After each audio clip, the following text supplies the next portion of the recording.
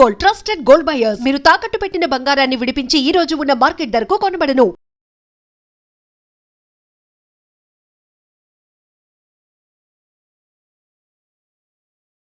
నమస్కారం, welcome to I dream. ధర్మ మార్గం విత్ విజిత కార్యక్రమానికి స్వాగతం. ప్రస్తుతం మనతో పాటు ఉన్నారు ప్రముఖ జ్యోతిష్య వాస్తు పండితులు, లలిత ఉపాసకులు శ్రీ శ్రీ శ్రీ నానాజీ పట్నాయక్ గారు. ఇప్పుడు వారితో మాట్లాడి మరిన్ని విషయాలు తెలుసుకుందాం. నమస్కారం అండి. శ్రీమాత్రే నమః.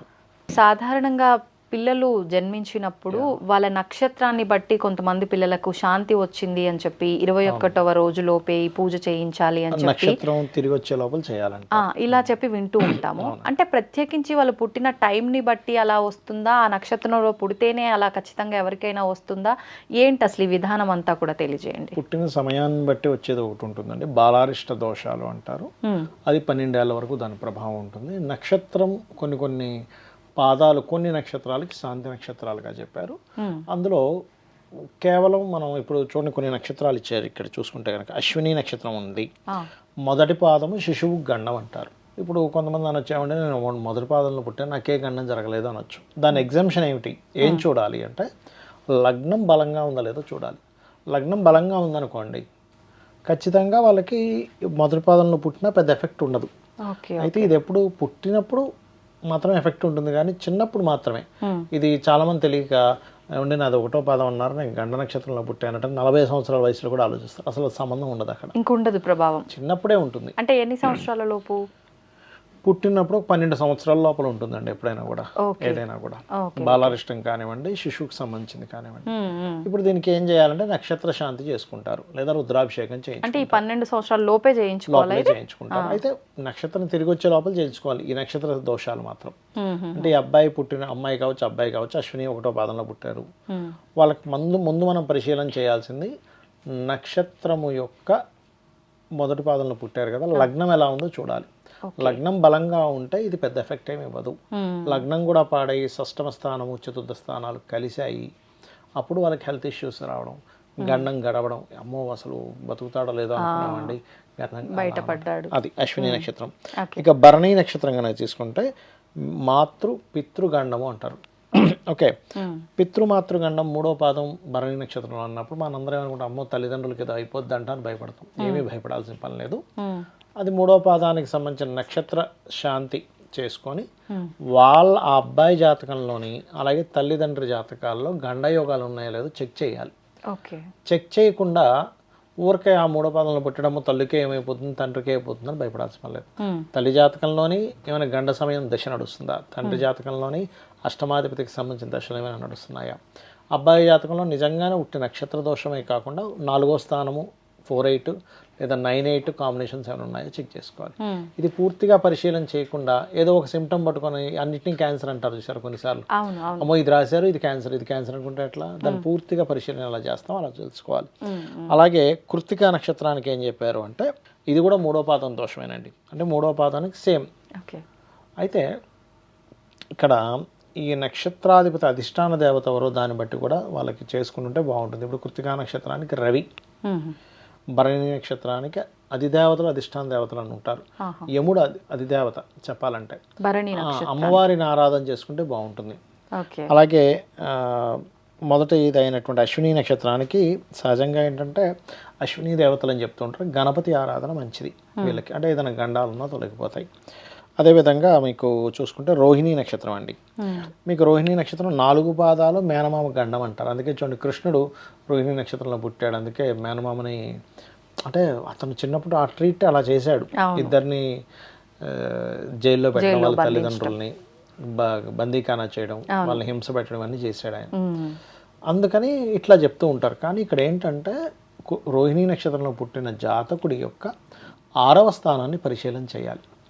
6వ స్థానం పరిశీలన చేసి ఆ నక్షత్రం యొక్క మహాదశ అయిపోయిందంటే, రోహిణి అంటే చంద్ర నక్షత్రం అయిపోయింది అనుకోండి, అప్పుడు మీరేం టెన్షన్ పడక్కర్లేదు. 6వ స్థానం బాగుంది, మేనమామకి ఏమీ అవ్వదు. లేదు మేనమామ స్థానం పాడైంది, బుధుడు పాడయ్యాడు, రోహిణి నక్షత్రంలో పుట్టాడు, అప్పుడు నక్షత్ర శాంతి చేసుకోవాలి. ఆ మేనమామ ఎవరైతే ఉన్నారో ఆ మేనమామ ఇప్పుడు కొన్ని నక్షత్రాలకి ఎలా అంటే నూనెలో చూడాలని ఉంటుంది, అలా చూడడము. అదేవిధంగా వాళ్ళ మేనమామ కూడా ఇంట్లో ఏదైనా హోమం లాంటివి చేయించుకోవడము, వాళ్ళు కూడా చేయించుకోవాల్సి ఉంటుంది. మరి మేనమామకి దోషం ఉన్న మేనమామ కూడా చేయించుకోవాలి. అది అదేవిధంగా మీకు ఆశ్లేష నక్షత్రం ఆశ్లేష నక్షత్రానికి రెండో పాదానికి ధనహాని అని ఉంటుంది.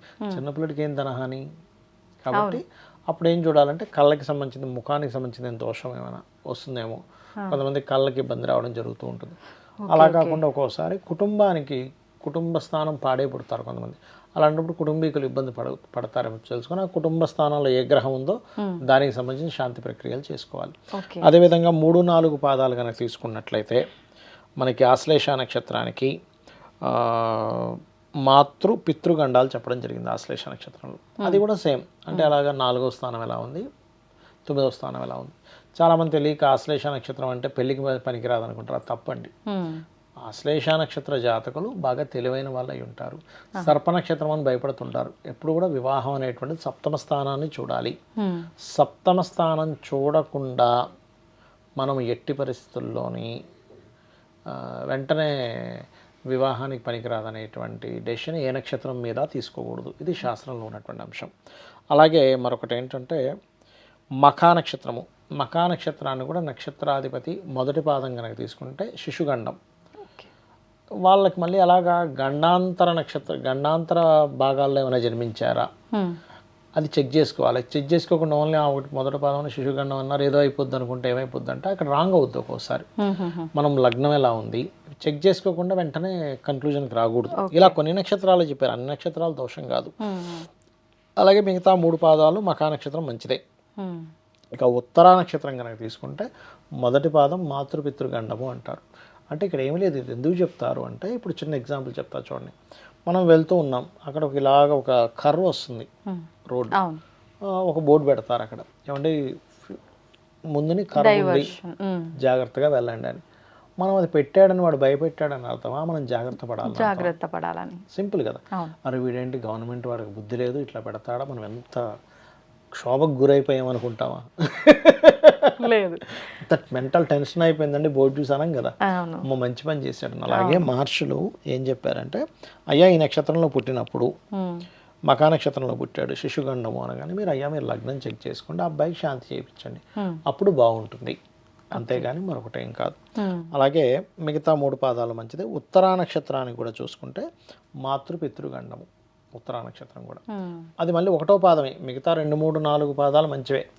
చాలా మంది ఇప్పుడు ముహూర్తం పెట్టుస్తారు కదా ఒక్కోసారి ఎవరైనా సంతానం కోసం అని, అంటే ఈ సి సెక్షన్ చేసేటప్పుడు అలాంటప్పుడు ఆ రోజు ఉత్తర నక్షత్రం ఉందంటే మొదటి పాదం తప్పించి 2, 3 పాదాల్లో టైం చూసుకుంటారు. అనవసరంగా ఎందుకు గండంతో పిల్లల్ని పుట్టించడం అనేటువంటిది, వాళ్ళకి పిల్లలకి ఇబ్బంది ఉండకూడదు అనే భావంతో చేస్తారు అట్లా. ఓకే.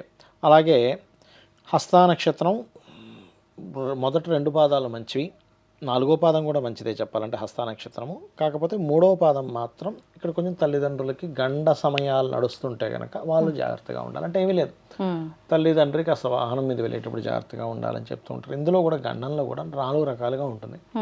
అగ్నిగండమా అంటే ఇప్పుడు ఏ దీపావళి రోజు ఏదో చేస్తున్నాము, వెలిగిస్తున్నాము, లేకపోతే ఏదైనా పవర్ రిలేటెడ్ ఏదైనా రిపేర్ చేస్తున్నారు, లేదా జలగండమా వాటర్ ప్లేసెస్కి జలగండం ఉందనుకోండి ఆ కొద్ది కాలం వెళ్ళకుండా ఉంటారు.